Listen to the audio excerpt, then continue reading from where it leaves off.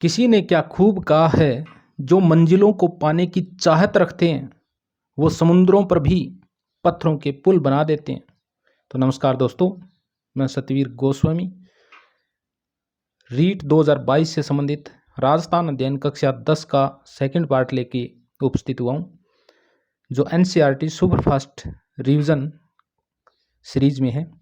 अगर आपने एनसीईआरटी व राजस्थान अध्ययन से संबंधित कक्षा 6 से 10 तक वीडियोस नहीं देखे हैं तो आप प्ले लिस्ट में जाकर देख सकते हैं और रीट के अंदर बेहतर स्कोर प्राप्त कर सकते हैं।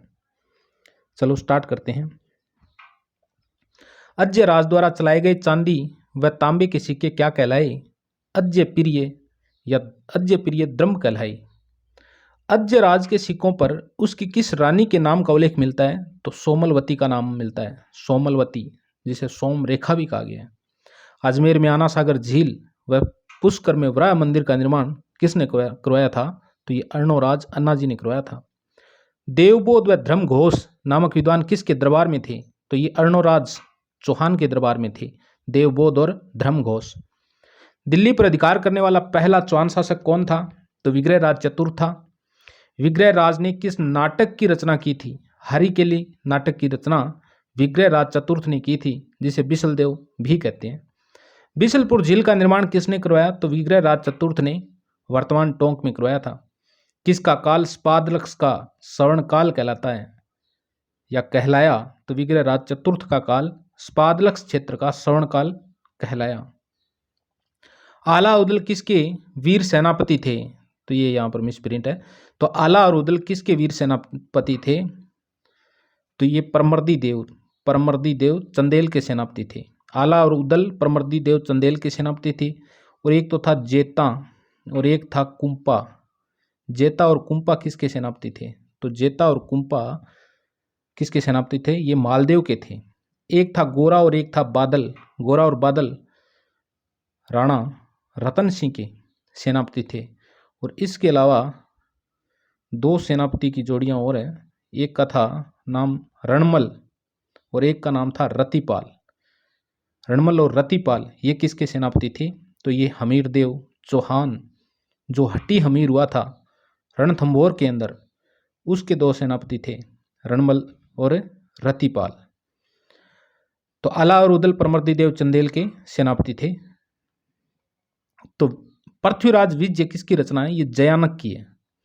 त्राइन के प्रथम युद्ध 1191 में मोहम्मद गौरी को किसने हराया था? तो ये पृथ्वीराज चौहान तृतीय ने हराया था।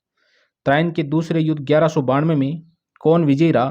तो इसमें मोहम्मद गौरी विजयी रहा और पृथ्वीराज चौहान हार गया। स्योंगिता व पृथ्वीराज चौहान की प्रेम कथा को किसने कपोल कल्पना कहा है? तो डॉक्टर गौरी शंकर हीराचंद ओझा ने केवल मनगढ़ंत कल्पना कहा है, कपोल कल्पना कहा है। स्योंगिता के अपहरण व विवाह की घटना का चंद्रबरदाई के अलावा किसने उल्लेख किया है? तो अबुल फजल ने भी स्योंगिता का अपहरण और पृथ्वीराज चौहान के साथ उसका विवाह का उल्लेख चंद्रबरदाई के अलावा अबुल फजल ने भी किया है। पृथ्वीराज स्योंगिता प्रेम प्रसंग को किन इतिहासकारों ने मान्यता दी? तो सीवी वैद्य, गोपीनाथ शर्मा और दशरथ शर्मा ने मान्यता दे दी कि हाँ ये विवाह हुआ था, पक्को योग है। पृथ्वीराज स्योंगिता प्रेम प्रसंग को किन इतिहासकारों ने मान्यता नहीं दी? तो ये रोमिला थापर और आर.एस. त्रिपाठी ये पृथ्वीराज स्योंगिता प्रेम प्रसंग को नहीं मानते।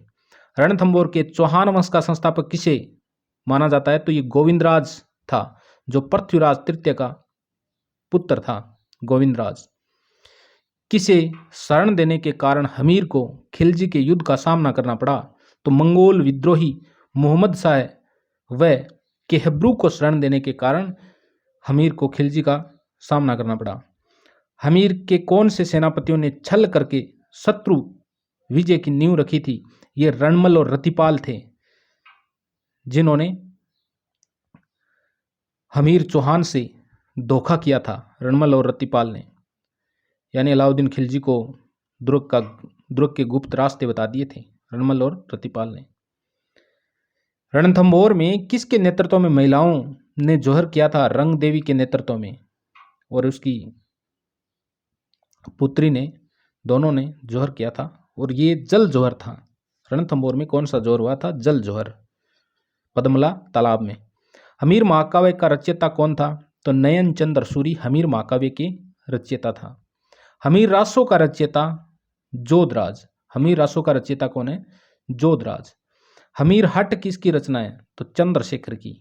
हट किसने किया था? चंद्रशेखर ने किया था। हमीर हट किसकी रचना है? चंद्रशेखर की। जालोर के चौहान वंश का संस्थापक कौन था? कीर्तिपाल चौहान कित्तू था। कित्तू उपाधि थी कीर्तिपाल चौहान की।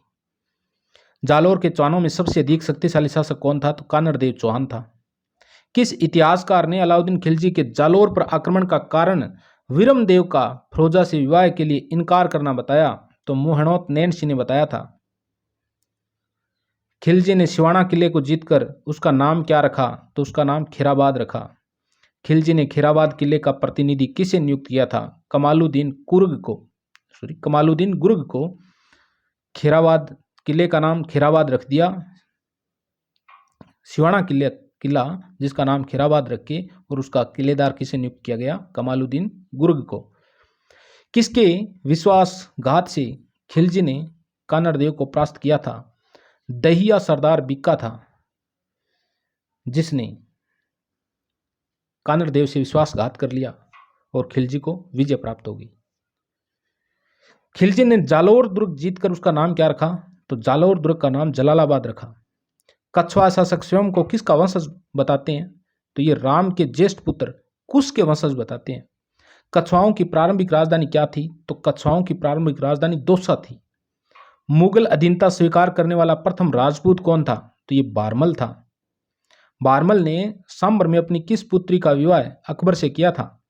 हरखाबाई, जो मरियम उजमानी के नाम से प्रसिद्ध हुई।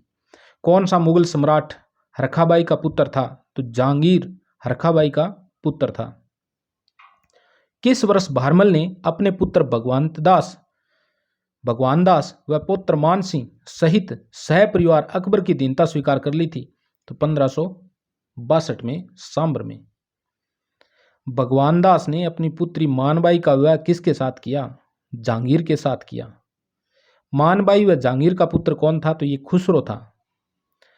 अकबर ने किस कछवा शासक को फरजंद यानी बेटे की उपाधि दी थी?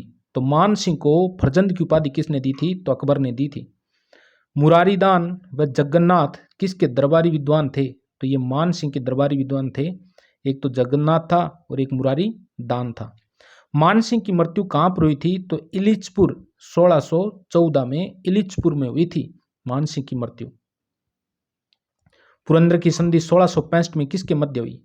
तो मिर्जा राजा जय सिंह और शिवाजी के मध्य पुरंदर की संधि हुई थी। 1665 ईस्वी में पुरंदर की संधि हुई। कवि बिहारी किसके दरबार में था? तो कवि बिहारी मिर्जा राजा जय सिंह के दरबार में था। जय सिंह द्वितीय को किसने सवाई की उपाधि प्रदान की थी? तो जय सिंह द्वितीय को औरंगजेब ने सवाई की उपाधि प्रदान की थी। आमेर का नाम मोमिनाबाद किसने रखा था? मुअज्जम यानी बहादुर शाह ने रखा था। सवाई जय सिंह द्वारा बनाई गई नक्षत्रों की शुद्ध सारणी का नाम क्या था? तो जीज मोहम्मद शाही था। जय सिंह ने किस ज्योतिष ग्रंथ की रचना की थी? तो कारिका, ज्योतिष कारिका की रचना की थी जय सिंह ने। जय सिंह द्वारा बनाई गई सबसे बड़ी सौर वेद्यशाला किस नाम से जानी गई? जंतर मंत्र के नाम से। अश्वमेध यज्ञ कराने वाला अंतिम हिंदू शासक कौन था? तो ये सवाई जय सिंह था।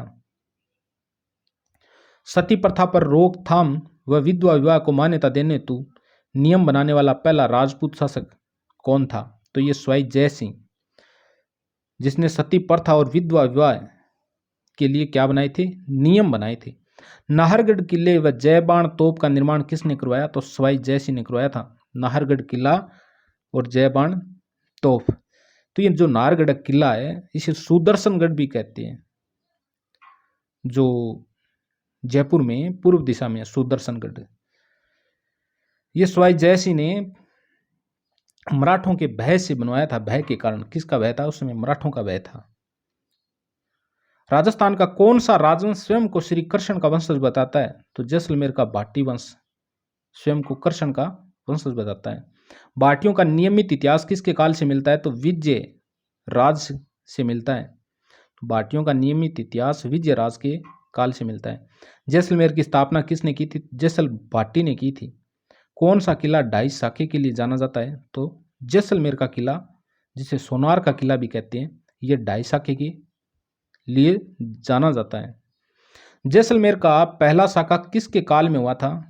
तो मूलराज के काल में अलाउद्दीन ने आक्रमण किया था और जैसलमेर का शासक था मूलराज। तो मूलराज के इसमें पहला शाखा होता है। जैसलमेर का दूसरा शाखा किसके काल में हुआ? रावल दुद्दा के काल में। फिरोज शाह के आक्रमण किसमें हुआ? और जैसलमेर का अर्ध शाखा कब हुआ? तो ये 1550 में लूणकरण भाटी के इसमें अमीर अली के हमले से इसमें हुआ था। तो जैसलमेर का अर्ध शाखा 1550 में लूणकरण पर अमीर अली ने हमला किया था। ये अमीर अली वही है जो पहले तो लूणकरण के पास रहा शरण लेके, और उसके बाद में उसने क्या कर दिया? हमला कर दिया। तो इसमें केसरिया तो हुआ लेकिन जौहर नहीं हुआ, इसलिए इसे अर्ध शाखा कहा जाता है। नागौर दरबार में किस भाटी राजा ने अकबर की अधीनता स्वीकार कर अपनी पुत्री का विवाह अकबर से किया था? हरराय भाटी ने। भाटी वंश का अंतिम शासक कौन था? जवाहर सिंह। जाट शासकों की शुरुआत किससे होती है? तो गोकुल जाट से होती है। तो जाट शासकों की शुरुआत है ये गोकुल जाट से होती है। गोकुल जाट की हत्या के बाद उसके संघर्ष को किसने जारी रखा? तो राजा राम जाट ने जारी रखा। भरतपुर के स्वतंत्र जाट साम्राज्य की शुरुआत किससे होती है? तो भरतपुर के स्वतंत्र जाट साम्राज्य की शुरुआत किससे होती है? तो चूड़ामन जाट से स्वतंत्र जाट साम्राज्य की शुरुआत होती है। किस जाट शासक को जय सिंह ने ब्रजराज की उपाधि दी? बदन सिंह ने। तो किस जाट शासक को जय सिंह ने ब्रजराज की उपाधि दी? तो बदन सिंह को दी थी। किस जाट शासक ने पानीपत के युद्ध के पश्चात मराठों को शरण दी थी? सूरजमल ने दी थी। यह सबसे खतरनाक जाट शासक था भरतपुर का। रुहेलों के खिलाफ हुए युद्ध में किस सेनापति ने सूरजमल की मृत्यु की पूर्ण पुष्टि पर ही विश्वास किया था? नजीब खान। यानी नजीब खान सूरजमल की मृत्यु की पूर्ण पुष्टि होने पर ही विश्वास किया था। यानी ये बहुत डरते थे सूरजमल से। करौली का कौन सा राजवंश स्वयं का संबंध मथुरा की सूरसेन शाखा से जोड़ता है? तो यादव। करौली में यादव। करौली के यादव राजवंश की स्थापना किसके द्वारा की गई? तो विजयपाल यादव के द्वारा 1040 ईस्वी में। कल्याणपुर यानी वर्तमान करौली किसने बसाया? तो अर्जुन पाल सिंह ने बसाया था। करौली के किस शासक ने अंग्रेजों से संधि की थी? तो करौली के हरबख्श पाल सिंह ने अंग्रेजों से संधि की थी। आबू के परमार वंश का संस्थापक कौन था? तो धूमराज था। आबू के परमार वंश का संस्थापक धूमराज। किस युद्ध में मराठों के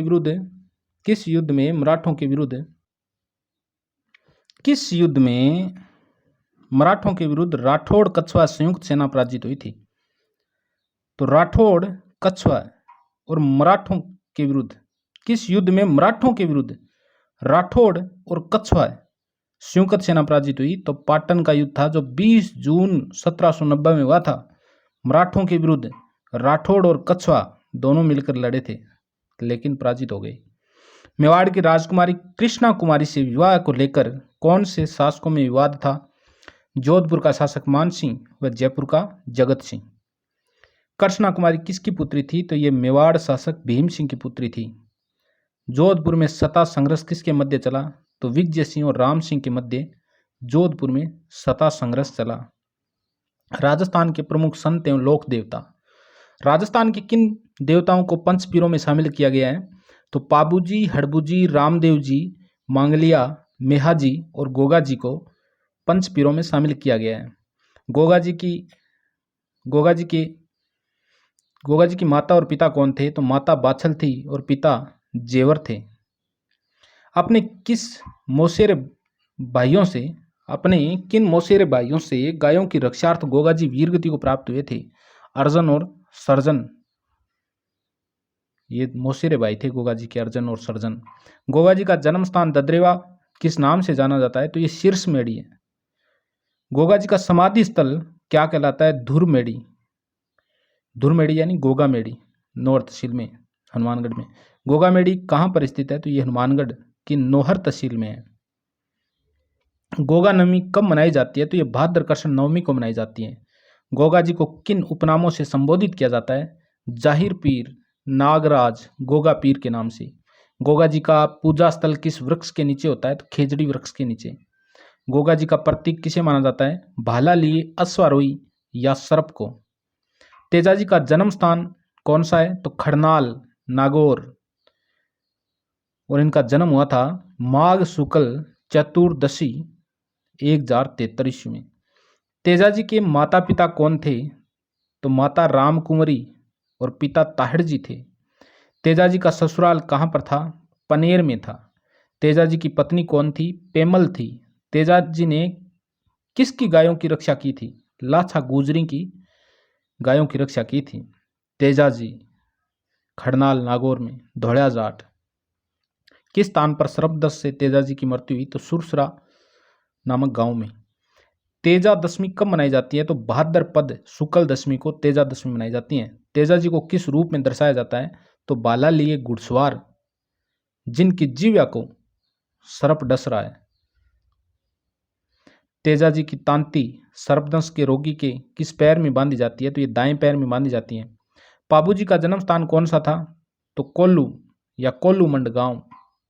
इतिहासकार मोहनोत नैन्सी, महाकवि मोडजी आसिया आदि ने पाबूजी का जन्म स्थान किसे बताया? तो खारी खाबड़ का जूना गांव बाड़मेर 1239 में पाबूजी का जन्म हुआ था। पाबूजी का विवाह किसके साथ हुआ? तो ये सोढ़ी के साथ हुआ। किसकी गायों की रक्षार्थ पाबूजी ने प्राण गंवाए? देवल चारणी की रक्षार्थ। देवल चारणी की गायों को किसने चुराया था? तो जायल नरेश जिंदराव खिंची जो पाबूजी का बहनोई था। पाबूजी की घोड़ी का क्या नाम था? केसर कालमी था। पाबूजी का मुख्य पूजा स्थल कहाँ पर है?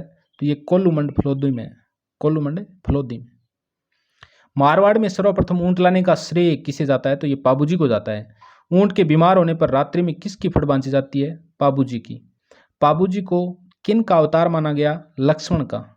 देवनारायण जी के पिता किसके विरुद्ध संघर्ष में अपने 23 भाइयों सहित मारे गए? बिनाय के शासक के विरुद्ध। देवनारायण बगड़ावत किसके पुत्र थे?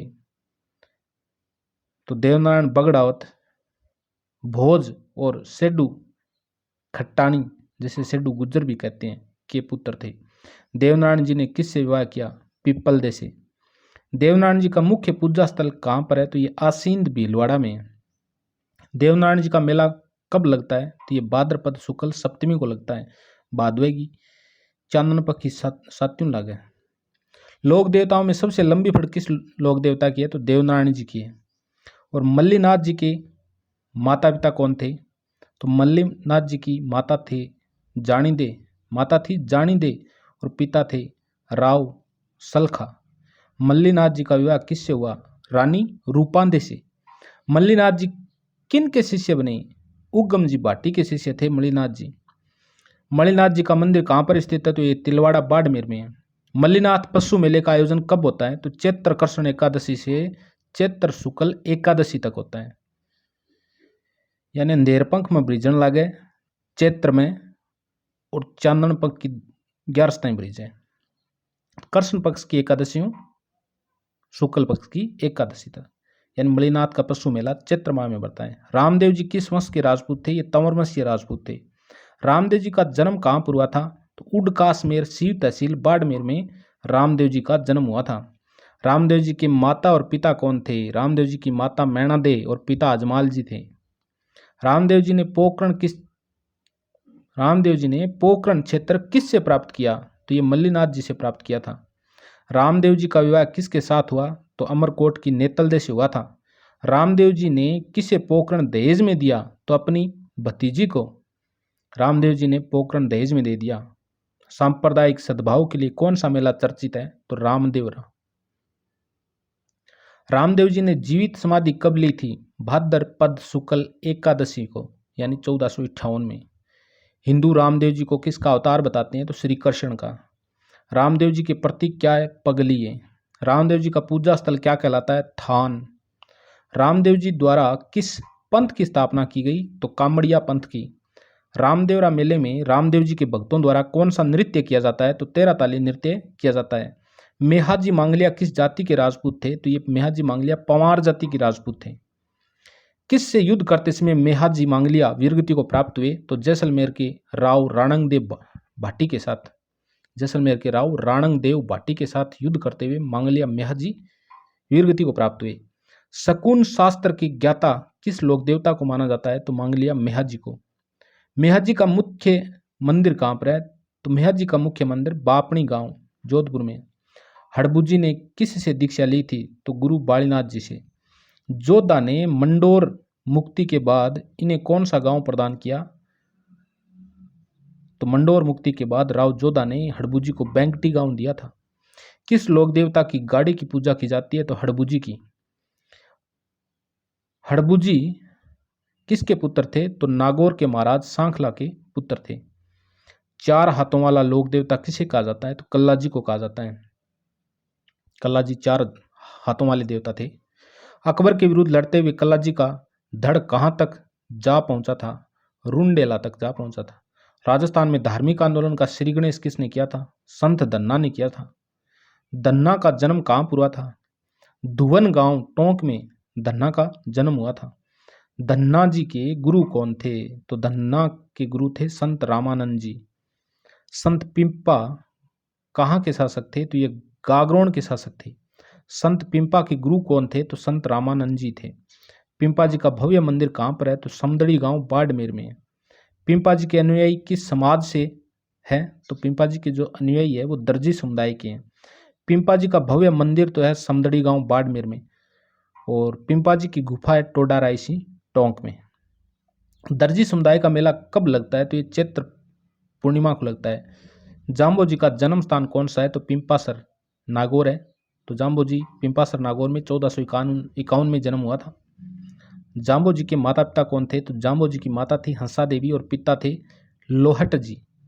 जाम्बो जी किस वंश से थे? तो जाम्बो जी राजपूत पवार वंश से थे। जाम्बो जी ने किस स्थान पर हरि चर्चा व सत्संग में समय व्यतीत किया? तो समराथल बीकानेर में। जाम्बो जी ने विश्नोई संप्रदाय की स्थापना कब की? तो 1485 में समराथल में की थी। तो विश्नोई संप्रदाय की स्थापना 1485 में की थी जाम्बो जी ने। किस लोक संत को पर्यावरण वैज्ञानिक कहा जाता है? तो जाम्बो जी को पर्यावरण वैज्ञानिक कहा जाता है। जाम्बो जी ने किस स्थान पर शरीर त्यागा था? लालासर गांव में 1536 में शरीर त्यागा था। ये लालासर गांव बीकानेर में। जाम्बो जी को किस स्थान पर समाधिस्थ किया गया? तो मुकाम तालवा गांव में। जसनाथ जी का जन्म स्थान कौन सा है? तो कत्रियासर बीकानेर में 1482 में जसनाथ जी का जन्म हुआ था। जसनाथ जी के उपदेश किन ग्रंथों में संकलित है? तो जसनाथ जी के जो उपदेश है वो सिम्बुदड़ा व कोंडा ग्रंथों में संग्रहित है। कत्रियासर में मेले का आयोजन कब होता है? चैत्र माघ आश्विन शुक्ल सप्तमी को होता है, यानी वर्ष में 3 बार, चैत्र माघ और आश्विन शुक्ल सप्तमी को।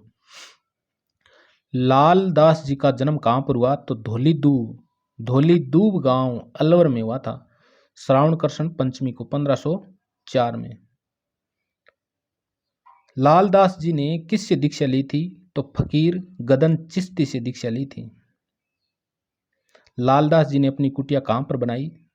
तो सिंहशिला पहाड़ बांधोली गांव में बनाई थी। लालदास जी को किस जाति के मुस्लिम पीर मानते हैं? तो मेयो जाति के मुसलमान हैं, वो लालदास जी को पीर मानते हैं। लालदास जी का निधन कहाँ हुआ था? नगला भरतपुर में 1648 में हुआ था। लालदास जी की समाधि कहाँ पर है? तो शेरपुर में। निरंजन संप्रदाय का संस्थापक किसे माना जाता है? तो संत हरिदास जी को निरंजन संप्रदाय का संस्थापक माना जाता है। संत हरिदास का मूल नाम था हरि सिंह सांखला।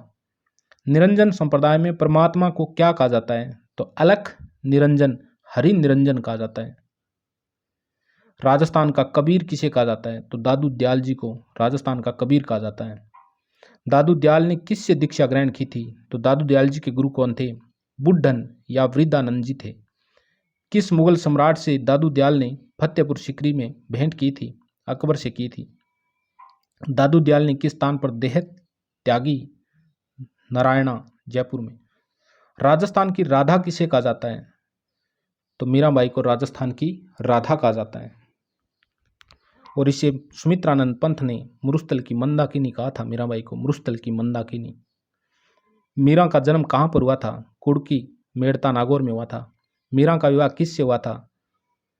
तो राणा सांगा के ज्येष्ठ पुत्र भोजराज से हुआ था। मीरा की भक्ति कैसी किस भाव की थी? कांत भाव की, यानी दाम्पत्य भाव की थी। मीरा ने अपने जीवन का अंतिम समय कहाँ पर व्यतीत किया? द्वारिका के डाकोर में स्थित रणछोड़ मंदिर में। राजस्थान की दूसरी मीरा किसे कहा जाता है? तो रानाबाई को। तो राजस्थान की दूसरी मीरा किसे कहा जाता है? रानाबाई को। रानाबाई का जन्म कहाँ पर हुआ? तो हरनावा गांव में हुआ था 1504 ईस्वी में। रानाबाई के गुरु कौन थे? तो संत चतुरदास थे। रानाबाई के माता पिता कौन थे? तो रानाबाई की माता गंगाबाई और पिता राम गोपाल थे। संत मावजी का जन्म स्थान कहाँ पर है? तो साबला गांव डूंगरपुर 1714 में हुआ। संत मावजी ने किस धाम की स्थापना की थी? वणेश्वर धाम, वेणु वृंदावन, जिसे वेण वृंदावन भी कहते हैं, वणेश्वर की स्थापना की थी। नवाटापुरा वणेश्वर डूंगरपुर में। संत मावजी के द्वारा तैयार किए गए ग्रंथ क्या कहलाते हैं? तो चोपड़ा कहलाते हैं। संत मावजी के चोपड़े किस दिन बाहर निकाले जाते हैं? दीपावली के दिन संत मावजी के चोपड़े बाहर निकाले जाते हैं। संत मावजी के अनुयायी उन्हें विष्णु का कौन सा अवतार बताते हैं? तो विष्णु का कल्कि अवतार बताते हैं। संत मावजी का मुख्य मंदिर कहाँ है? तो ये साबला गांव डूंगरपुर में। संत रामचरण का मूल नाम क्या था? तो संत रामचरण जी का मूल नाम था रामकिशन। संत रामचरण ने किन से दीक्षा प्राप्त की थी? तो महाराज कृपाराम से। तो ये क्वेश्चन पूछा गया है भाई पहले भी। संत रामचंद्र जी के गुरु कौन थे? तो कृपाराम जी थे। संत रामचंद्र जी ने किस संप्रदाय की स्थापना की थी? तो रामसनेय संप्रदाय की स्थापना की थी। रामसनेय संप्रदाय का मुख्य महोत्सव कौन सा है? तो ये फूलडोल महोत्सव है, रामसनेय संप्रदाय वाले मनाते हैं। राजस्थान के उत्सव, त्योहार व मेले।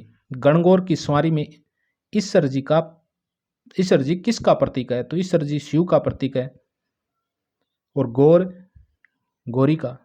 है, गणगौर है, ये गौरी यानी पार्वती का प्रतीक है। किस विदेशी इतिहासकार ने गणगौर की सवारी का रोचक वर्णन किया? तो कर्नल जेम्स टोड ने गणगौर की सवारी का रोचक वर्णन किया है। राजस्थान में तीज कहाँ की प्रसिद्ध है? तो तीज जयपुर की प्रसिद्ध है। और तीज के दिन जयपुर में तीज की सवारी निकाली जाती है। बूंदी की कजली तीज त्योहार कब मनाया जाता है? तो ये भाद्रपद शुक्ल तृतीया को मनाया जाता है। इस बूंदी की कजली तीज के दिन ही इसे बुढ़ी तीज, बड़ी तीज, भादुड़ी तीज कहा जाता है। होली का त्यौहार कब मनाया जाता है? तो होली का त्यौहार फाल्गुन पूर्णिमा को मनाया जाता है। होली तो फागण में आवे, ये पूर्णिमा। राजस्थान में कोड़ामार होली किस स्थान पर प्रसिद्ध है? तो ये भिनाय की प्रसिद्ध है। कोड़ामार होली कहाँ की प्रसिद्ध है? तो ये भिनाय की प्रसिद्ध है। लठमार होली कहाँ की प्रसिद्ध है? तो ये श्री महावीर जी करौली की प्रसिद्ध है लठमार होली। शेखावाटी में होली के अवसर पर कौन सा नृत्य किया जाता है? तो गिंदड़ नृत्य किया जाता है। राजस्थान में कहाँ पर पत्थरमार होली खेली जाती है? तो पत्थरों की होली कहाँ पर खेली जाती है? तो ये बाड़मेर में खेली जाती है। बाड़मेर में होली के अवसर पर किसकी बारात निकाली जाती है? तो इल्लो जी की। अक्षय तृतीया कब मनाई जाती है? तो वैशाख शुक्ल तृतीया को मनाई जाती है। बीकानेर का स्थापना दिवस कब होता है? तो ये अक्षय तृतीया के दिन ही बीकानेर का स्थापना दिवस मनाया जाता है। जैनों का सबसे पवित्र एवं महत्वपूर्ण उत्सव कौन सा है? तो ये पर्युषण पर्व होता है जो भाद्रपद में आता है। पर्युषण का अंतिम दिवस क्या कहलाता है? संवत्सरी कहलाता है। पर्युषण पर्व का अंतिम दिवस क्या कहलाता है? तो ये संवत्सरी कहलाता है। मुसलमानों के किस त्योहार को बकरा ईद कहा जाता है? ईद उल जुहा। काल एक परसों अभी टिपी है। मुसलमानों के किस त्योहार को बकरा ईद कहा जाता है? तो ईद उल जुहा को कहा जाता है। रमजान की समाप्ति का दिन क्या कहलाता है? तो ईद उल फितर कहलाता है। ईद उल फितर। मुहर्रम के अवसर पर किसकी याद में ताजिए निकाले जाते हैं? तो हुसैन इमाम की याद में मुहर्रम के अवसर पर ताजिए निकाले जाते हैं। अन्नकूट का मेला किस स्थान पर आयोजित होता है? तो ये नाथद्वारा में आयोजित होता है। बनेश्वर का मेला कहाँ पर आयोजित होता है? तो नवाटापुरा डूंगरपुर में होता है। सहरिया जाति का कौन सा मेला बारां में आयोजित होता है? तो सीताबाड़ी में। सहरिया जनजाति का कौन सा मेला बारां में आयोजित होता है? तो सीताबाड़ी का मेला। पुष्कर में मेले का आयोजन कब होता है? तो कार्तिक पूर्णिमा को होता है। पुष्कर मेले की कौन सी परंपरा इसे विशेष बनाती है? दीपदान की परंपरा इसे विशेष बनाती है। जीण माता का मंदिर कहाँ पर है? तो रेवासा सीकर में जीण माता का मंदिर है। जीण माता के मंदिर का निर्माण किसके द्वारा करवाया गया था? तो जीण माता के मंदिर का निर्माण किसके द्वारा करवाया गया था? हटड़ के द्वारा करवाया गया। खाटू श्याम जी का मेला कब लगता है? तो फाल्गुन शुक्ल दशमी से द्वादशी तक सीकर में लगता है। भर्तरी का मेला कहाँ पर आयोजित होता है? तो अलवर में। भर्तरी का मूल नाम क्या था? तो भर्तरी का मूल नाम गोपीचंद था। कल्याण जी का मेला किस राजा की स्मृति में आयोजित होता है? तो चंद्रगिरी के राजा डिग्वी की स्मृति में आयोजित होता है। डिग्गीपुरी का मेला कहाँ पर आयोजित होता है? तो टोंक की मालपुरा तहसील में आयोजित होता है। श्री महावीर जी के मेले का आयोजन किस स्थान पर होता है? तो चंदनगांव सवाईमाधोपुर में। बीकानेर के शासकों की कुलदेवी कौन है? तो करणी माता है। चूहों का मंदिर कहाँ पर स्थित है? तो देशनोक बीकानेर में है, जो करणी माता का मंदिर है। शीतला माता का मेला कहाँ पर आयोजित होता है? तो सील की डूंगरी चाकसू जयपुर में शीतला माता का मेला आयोजित होता है। किस देवी के मेले को बैलगाड़ी का मेला कहा जाता है? शीतला माता का मेला है ना, उसे बैलगाड़ी का मेला कहा जाता है। शीतला माता के मंदिर का निर्माण किसने करवाया था? तो माधव सिंह ने करवाया था। शीतला माता को उत्तर भारत में किस नाम से जाना जाता है? तो महामाई माता के नाम से जाना जाता है। शीतला माता को पश्चिमी भारत में माई अनामा कहा जाता है और शीतला माता को राजस्थान में अन्य किस नाम से जाना जाता है? तो सेडल माता के नाम से जाना जाता है। केलादेवी का मेला कहाँ पर आयोजित होता है? तो ये त्रिकूट पर्वत सवाईमाधोपुर में आयोजित होता है। तो केला देवी का मेला त्रिकूट पर्वत सवाईमाधोपुर। केला देवी मंदिर के सामने स्थित हनुमान मंदिर किस नाम से जाना जाता है? तो ये लांगोरिया हनुमान के नाम से जाना जाता है। केला देवी को किसका अवतार माना गया है? तो कृष्ण की बहन योगमाया, जो कारावास में जन्मी थी, उसका अवतार माना जाता है। कपिल मुनि का मेला कहाँ पर आयोजित होता है? तो कोलायत बीकानेर में। ख्वाजा मोइनुद्दीन चिश्ती मूल रूप से कहाँ के निवासी थे? ये ईरान के निवासी थे। ख्वाजा मोइनुद्दीन चिश्ती को किस नाम से जाना जाता है? तो गरीब नवाज के नाम से जाना जाता है। ख्वाजा मोइनुद्दीन चिश्ती का उर्स कहाँ पर आयोजित किया जाता है? तो अजमेर में। ख्वाजा मोइनुद्दीन चिश्ती की दरगाह में बड़ी देग किसने दान की थी? तो ये अकबर ने दान की थी। ख्वाजा मोइनुद्दीन चिश्ती की दरगाह में छोटी देग किसने दी थी? जहांगीर ने। सैयद फखरुद्दीन की दरगाह कहाँ पर है? तो गलियाकोट डूंगरपुर में सैयद फखरुद्दीन की दरगाह है। गलियाकोट उर्स किस समुदाय के लिए धार्मिक आस्था का स्थल है? तो बोहरा संप्रदाय के लिए। राजस्थान का कौन सा मेला आदिवासियों का कुंभ कहलाता है? तो वेणेश्वर का मेला। वेणेश्वर मेला का आयोजन कहाँ पर होता है? तो ये नवाटापुरा आसपुर तहसील डूंगरपुर में होता है। खलकाणी माता का गर्धव मेले का आयोजन कहाँ पर होता है? तो ये भावगढ़ बंध्या गांव जयपुर में होता है। तो खलकाणी माता का गर्धव मेला भावगढ़ बंध्या गांव जयपुर में आयोजित होता है। राजस्थान के वस्त्र एवं आभूषण, और ये हम अगले वीडियो में देखने वाले हैं। अगर आपको वीडियो अच्छा लगा है तो लाइक शेयर सब्सक्राइब करें। अपने दोस्तों को व्हाट्सएप से, फेसबुक से शेयर करें, टेलीग्राम से। और आपने अगर अन्य वीडियो नहीं देखे तो आप प्ले लिस्ट में जाकर पूरी एनसीईआरटी को कवर कीजिए, क्योंकि एनसीईआरटी रीट के अंदर बहुत महत्व रखने वाली है। ओके।